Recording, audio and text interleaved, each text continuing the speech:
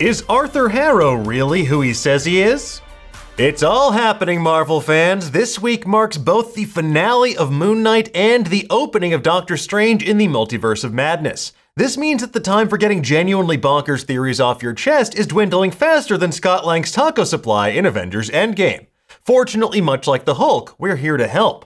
Now, with just one episode to go, Moon Knight still has so many burning questions left to resolve. But today we're going to focus on one of the show's most mysterious characters, that stupid, sexy Arthur Harrow. While he's based on a little-known character that appeared in just a single issue of the Moon Knight comics, a fan theory claims that there's more to Ammit's would-be avatar than meets the eye. Now, this theory, if true, could make for a major plot twist in the season finale. We're going to break it all down for you in just a moment, but if you prefer to maintain a state of blissful ignorance as we head into the final episode, leave now before it's too late. All right. It's not about me. Okay, let's get into it, shall we? According to this fan theory from Redditor the Mediocre Critic, which we spotted via Screen Rant, Arthur Harrow isn't just a creepy cult leader with designs of melding his loves of ancient Egyptian mythology and Minority Report. Rather, he's actually Anubis, the Egyptian god of the dead.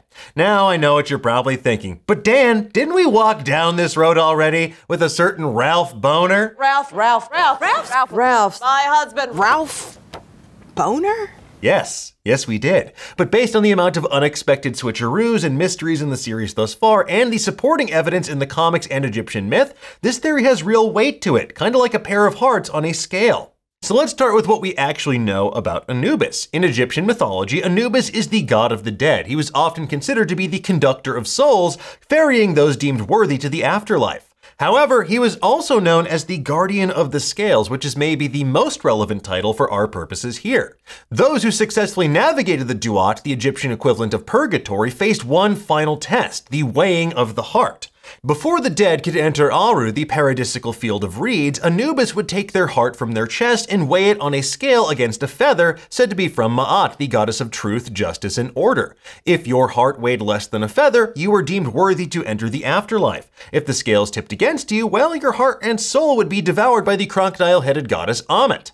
While we saw the weighing of the heart ceremony and the journey across the Duat in Moon Knight episode 5, things were slightly different as the fertility goddess Taweret oversaw the proceedings rather than Anubis. I don't know. I do not have a card for this. So was the god of the dead simply on vacation? Well, according to the theory, it's because much like Khonshu and Ammit, Anubis was cast out of the Ennead after rebelling against them. The theory raises a number of salient points in support of this conclusion. First and foremost, in Egyptian myth, Ammit is not the one who weighs people's hearts on the scales. That's Anubis' job, and that's exactly what we see Harrow doing in the show. He uses magical powers to judge the entirety of a person's life, past, present, and future, to determine whether or not they are worthy of salvation. It's a plot point straight out of the comics as well. In Hellstorm Son of Satan #3, we see a version of the weighing of the heart ritual featuring Anubis, Thoth, and Ammit. Anubis explains the procedure to Daemon Hellstrom, the titular son of Satan, and mentions that the living are judged as well. Specifically for the living, Anubis says, the scales will judge your future instead of your past. And that's exactly what we see Harrow doing on the show.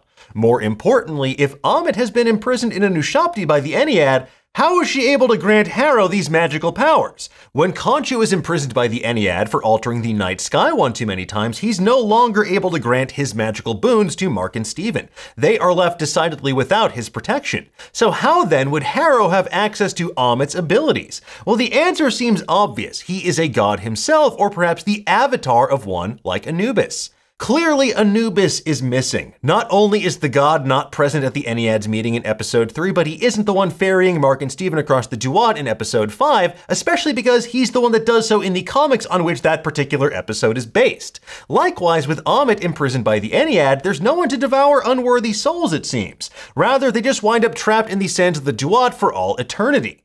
But in Egyptian mythology, Osiris eventually supplanted Anubis as the god of the dead, and that could explain why Taweret mentions that his gate is the only path back to the land of the living. Likewise with Taweret, she clearly seems out of her element here, like, why is the goddess of fertility and childbirth moonlighting, or should I say moon knighting, as the captain of the world's worst cruise ship? Oh goody! It worked, look at that! It was little old me worrying I'd blow your chest wide open. Because she has been called upon to fill the void left by gods gone AWOL like Anubis. And this also begs the question, how exactly did Harrow make his way to this version of the afterlife? How did you get here? I took the bus. Well, if Harrow is actually Anubis or the avatar of Anubis, that would explain why he's able to appear here in this psychiatric ward version of Purgatory in which Mark and Steven are trapped while they traverse the Duat. He may not be the one ferrying them anymore, but he can still toy with them and try to keep them trapped there and unaware so they cannot balance their scales in time.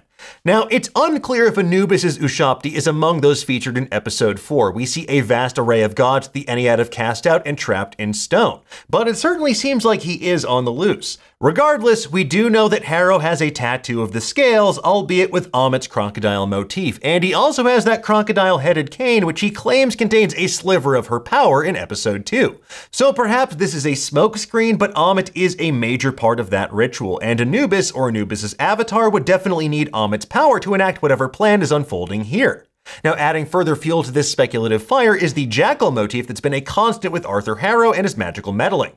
Whenever he summoned a mythological murder monster to pursue Steven or Mark, he sent a jackal creature after them. And what creature is Anubis said to have the head of? A jackal. I know, gasp you should.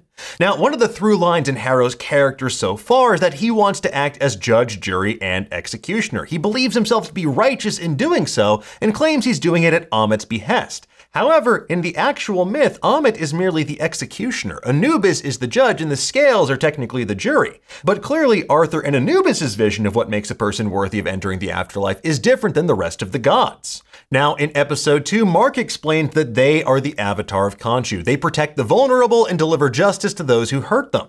Harrow, however, believes that Khonshu doesn't go far enough by punishing the wicked after they've done evil. That's why he wants to judge and punish them before they can transgress. He says Amit will light a path to good by eradicating the choice of evil. So maybe that's just me, but I kind of draw a line there at child murder. So what's the master plan here? Well, according to the theory, Anubis and Amit once attempted to rebel against the gods of the Ennead and take the power of the souls of the damned and access to the afterlife for themselves. Cast out by the gods, Amit was imprisoned, and Anubis was maybe supposed to be imprisoned, but now is trapped in mortal form as Arthur Harrow, who's now trying to claw his way back to godhood. But the theory goes even further by claiming that Khonshu is also a part of their uprising, which is why he was initially banished from the Ennead as well. It claims that Khonshu made the mortal Harrow/Anubis his avatar as a way for them to join forces, but they ultimately parted ways given their fundamental disagreement on how to punish the wicked. As we see in episode 5, Harrow is condemning souls to the underworld before their time, and that is unbalancing the cosmic scales of the Duat, which according to Taweret is an evil act. And while Khonshu is no angel himself, his version of justice at least seems a bit more retributive rather than predictive. After all, as we're learning from multiversal and time-traveling tales like Loki and Spider-Man No Way Home, no one's future is written in stone, and judging someone as such is inherently immoral. So where does this theory fit on the scales of plausibility? Well, for the most part, I like it quite a bit. It would make Harrow feel a lot more dangerous and add in some of those elements of the Patient 86 Sun King character that everyone assumed he would be based on. And having all of this backstabbing and squabbling among the gods also provides a natural segue into the imminent god butchering of Thor Love and Thunder. It shows us that despite being immortal, they are definitely not infallible. Now, I'm a little iffy on some of the elements of this theory, specifically about Khonshu's involvement, and I'm very curious about Harrow's true nature, because there's definitely more than meets the eye here, but I wouldn't be mad if this theory turns out to be the finale's big twist. However, at a reported 42 minutes in length, the Moon Knight finale would be the shortest episode of the season, and with so much to wrap up in a single episode, adding yet another wrinkle like this might just be wishful thinking. Of course, only time will tell, and we'll find out for ourselves when the Moon Knight finale debuts on Disney Plus on Wednesday, May 4th. Anyway, folks, there you have it. That's the big theory about Arthur Harrow. But tell us, what do you think of this theory? What are your predictions for the Moon Knight finale? Let's start with you. Let's try it your way. Retrace your steps. Tell me. Let us know in the comments below, and for the latest and greatest in the world of pop culture, make sure you stay tuned to Nerdist.com.